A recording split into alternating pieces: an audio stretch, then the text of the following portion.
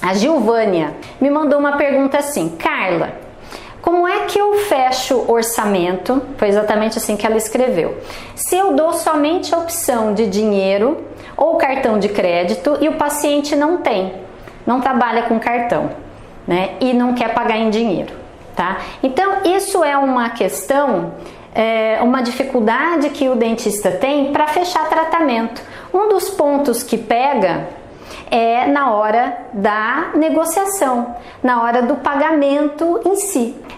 Por quê? Se você fez todo aquele processo, um planejamento de uma consulta, né, o que deve ser falado nessa consulta, como ela deve ser conduzida, né, o que o paciente quer ouvir durante a consulta, como ter a atenção dele, como passar aquele planejamento, né? É importantíssimo, em primeiro lugar, você gerar valor durante a consulta, tá? Se você só olha o paciente, examina clinicamente e fala para ele o que precisa ser feito tecnicamente, tantas restaurações, uma profilaxia, uma raspagem e o valor e o preço final, que é o custo financeiro para ele, você não gerou valor durante a consulta. Então, uma das desculpas, vamos colocar assim, para o paciente não fechar com você, a gente chama de objeções, que é aquele: ah, mas eu não posso por causa disso, ah, mas eu não vou fazer por causa daquilo. Uma delas é a forma de pagamento. A dúvida da Gilvânia me traz esse problema grande que eu vejo entre os colegas de fechar tratamento. Primeiro, se o problema é realmente a forma de pagamento, é preciso você entender o seu público para saber que forma de pagamento é melhor para ele, né? Como é que ele costuma pagar as contas dele? Então, se é um público A, é diferente de um público B, que é diferente, o público A com o C é bem diferente, forma de pagamento. O D, diferente também. Então, será que o boleto seria uma opção e você adaptar o seu atendimento para gerar boleto para esse público seu? Será? Então é um ponto a se observar, a se analisar, né? Então o que eu faria? Perguntaria para o paciente, né? Para todos que entrassem no consultório, qual é a melhor forma para você? Como é que você costuma pagar então as suas contas se você não tem cartão? Ah, doutora, eu pago tudo em cheque. Ah, eu não quero ter problema de inadimplência e tal. Aí é uma outra questão, né? Então a negociação é importante ser feita, tá? Não, doutora, eu gostaria muito que fosse através de boleto, né? Eu pago tudo com boleto, abro o crediário, enfim. Para um público A faz muito sentido o cartão de crédito. É um público que paga tudo no cartão, muitas vezes não tem dinheiro na carteira mesmo. Tem um público C que muitas vezes paga em dinheiro, né? Mas hoje eu percebo que usa muito o cartão de crédito, sim. Então é difícil a pessoa não ter um cartão para fazer um pagamento, né? Porque é importante você entender o seu público. Então a Gilvânia precisa entender o público dela, se esse realmente for um motivo para não fazer o tratamento, né? Porque até se a opção, se o paciente quiser muito fazer, ele vai arrumar dinheiro em algum lugar, ele vai propor pagar em dinheiro parcelado, por exemplo. Dependendo do tipo de tratamento, dá para fazer isso. O que eu vou responder para a Gilvânia? Primeiro, conheça o seu público, né? Entenda bem quais são as opções melhores de pagamento. Todo mundo quer facilidades também, e acho importante a gente entender isso e ver até onde pode ir, tá? Negociar, né? Eu fecho muitos tratamentos aqui em dinheiro e que o paciente vai fazendo e vai pagando em dinheiro, porque prefere, às vezes está com o nome sujo, enfim, né? E não tem cartão de crédito, aí não pode ter talão de cheque, e a gente acaba fechando, tá? Então eu não sei como é o que vocês oferecem no consultório de vocês. O cartão é muito bom, é uma ótima opção, mas precisa ver se a maioria do seu público usa realmente o cartão de crédito, tá? Agora, o mais importante aqui que eu vejo é gerar valor durante a consulta, tá? Eu já vi muitos casos que realmente as pessoas nem tinham condição mesmo de pagar por um tratamento, mas viram que era tão importante, né? Foi gerado tanto valor naquela consulta. A gente falou de uma maneira, eu fechei a consulta de uma maneira tão definitiva que a pessoa, aquela paciente conseguiu, pegou com a mãe dinheiro e tal e resolveu aquele problema, que ela tinha um problema muito sério. Então é importante gerar valor durante a consulta. Tem todo um roteiro, né? Um roteiro de consulta que converte, que é importante. A gente está lidando, é gente que lida diretamente com o paciente, né? Considerando que é você que fecha o tratamento, que é você que passa o valor do tratamento. É importante entender como isso tem que ser oferecido. Tá? Não é simplesmente falar do tratamento em si e do valor e do custo, né? Do custo financeiro para ele, porque o custo é sempre ruim, ninguém gostaria de ter que pagar por nada, né? Nessa vida, mas o custo é necessário, faz parte daquilo que você está ofertando, da sua oferta.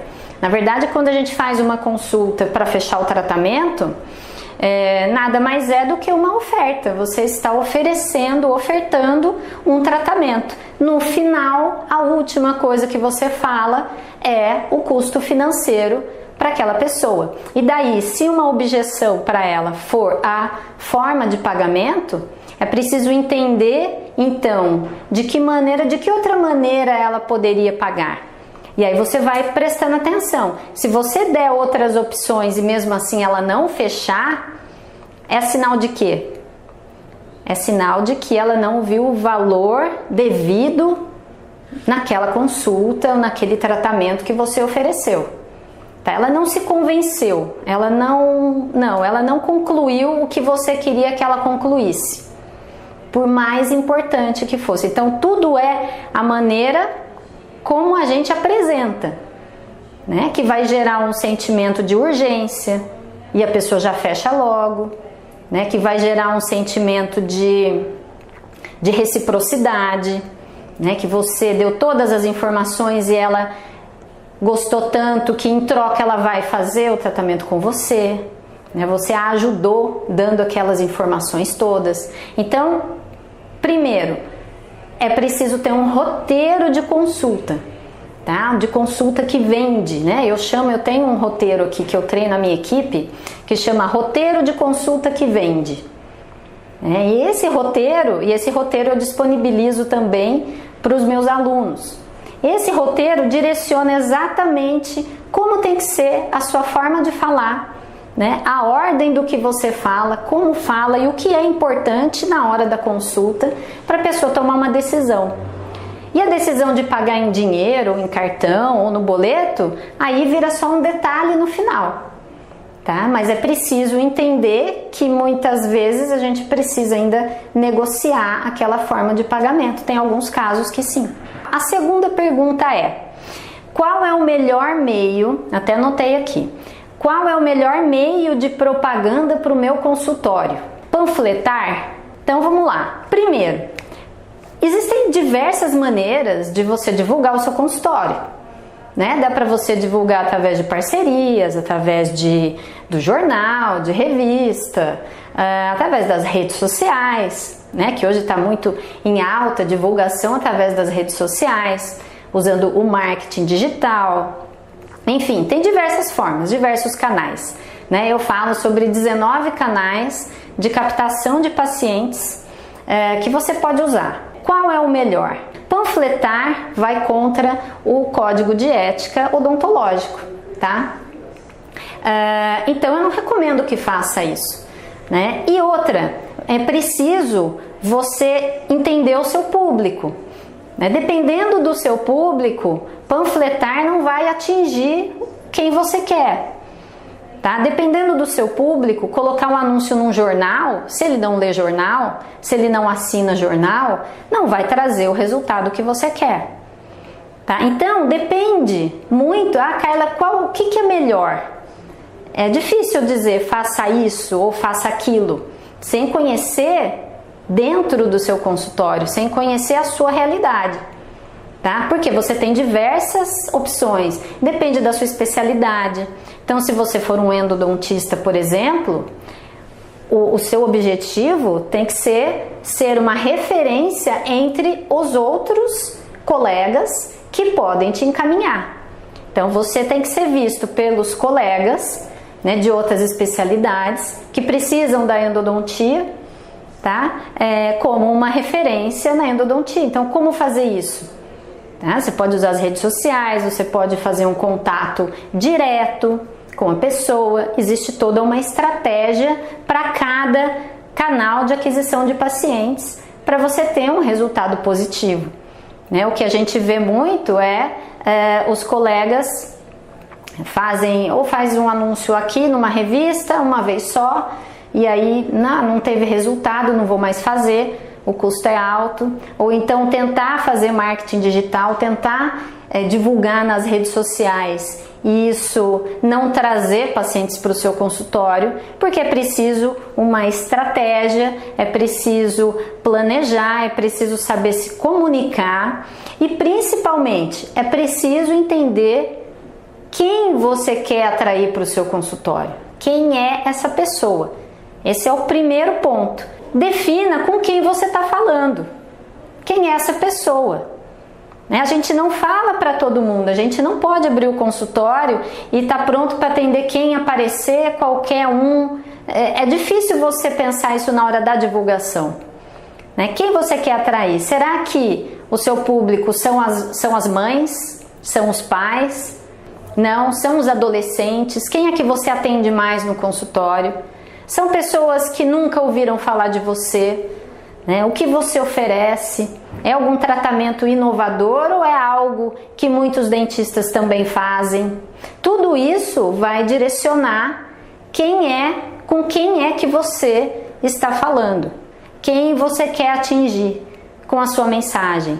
E se engana quem pensa que coloca um post lá no Facebook, no Instagram, colocando lá o número do WhatsApp e o nome da clínica ou do consultório e falando doutora Cibele Almeida, cirurgiã dentista, especialista em, sei lá, reabilitação oral. Isso não vai atrair as pessoas, isso não vai atrair ninguém. Aliás, pode atrair alguns curiosos só, não mais do que isso. E aí muitas vezes os colegas acham que pensam que daí o marketing digital não funciona. Tá? Isso eu não falo só para o marketing digital, é para toda a sua divulgação, todo e qualquer canal que você vá usar, você precisa entender com quem é que você está falando, tá? E adaptar a sua linguagem a isso. Então, o que eu vou falar para uma pessoa que já me conhece? O que é que eu vou falar? O que é que eu vou falar para quem nunca ouviu falar de mim, não sabe nem que eu sou dentista? Tá? Então é preciso entender quem é o seu público e como falar com ele. Tá? Essa é a grande sacada aqui, na minha opinião. Talvez isso direcione alguma mudança no seu consultório, definir quem é que você atende, quem você quer atender. Tá? E aí você adaptar a sua comunicação a isso.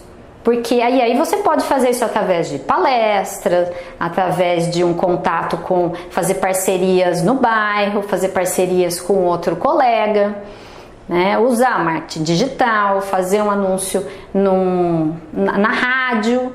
Então é preciso você entender onde o seu público está, para onde ele está olhando. Então vamos lá, vamos para a terceira pergunta. Quem fez foi a doutora Patrícia. Eu ligo para os pacientes retornarem, mas eles não agendam. O que eu faço? Então são aqueles casos que o dentista já tem um cadastro de pacientes, e vê já quem precisa retornar, ou depois de 6 meses, ou depois de 1 ano, dependendo do caso, e liga, faz uma lista daqueles pacientes e liga para tentar agendar um retorno. Então assim, o que fazer? E ela me disse que tem uma baixíssima taxa de conversão, ou seja, de agendamento. O que fazer, Carla? Primeiro, é importante definir quem é que vai fazer esse contato. Se é por telefone, se é pelo WhatsApp, tá? Que hoje em dia o WhatsApp está sendo muito usado. Pode ser pelo WhatsApp? Pode ser sim. Mas pelo telefone é algo mais íntimo, né? Um contato telefônico, hoje em dia ninguém telefona para ninguém mais. Então, receber uma ligação do dentista quando você foi bem atendido, gostou do tratamento, é algo até surpreendente, né? Hoje em dia é surpreendente a gente receber uma ligação, é ou não é?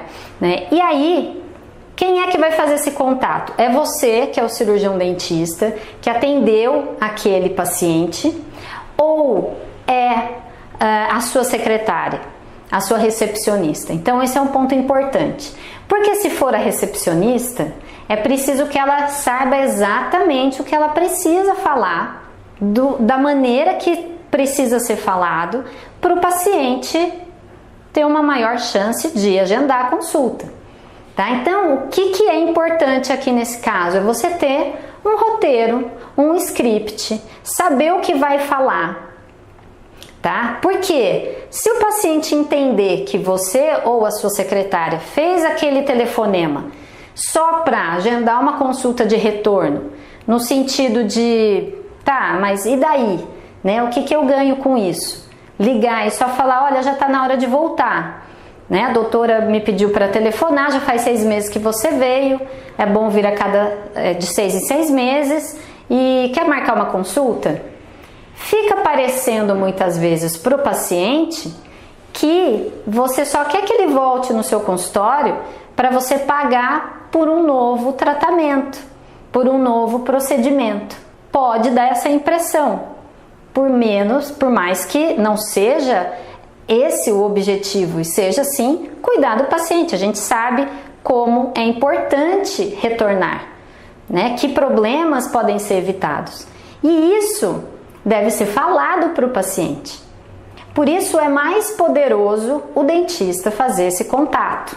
Se for pelo WhatsApp, o dentista escrever o que vai ser mandado ali naquele contato, tá? Por quê?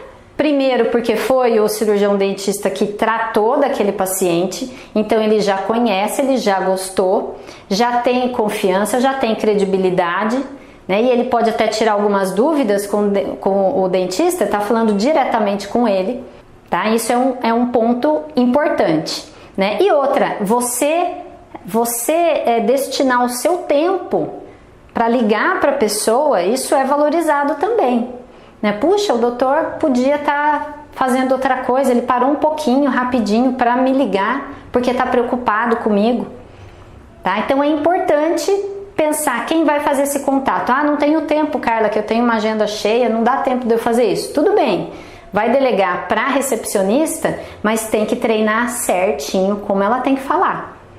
Tá? Ou você faz uma ligação e ela fica do lado, ou você faz um script, o que ela precisa falar. Por quê? Qual é o ponto importante? É você mostrar que se importa com ela. É você mostrar que realmente está se importando com a saúde dela. De que jeito?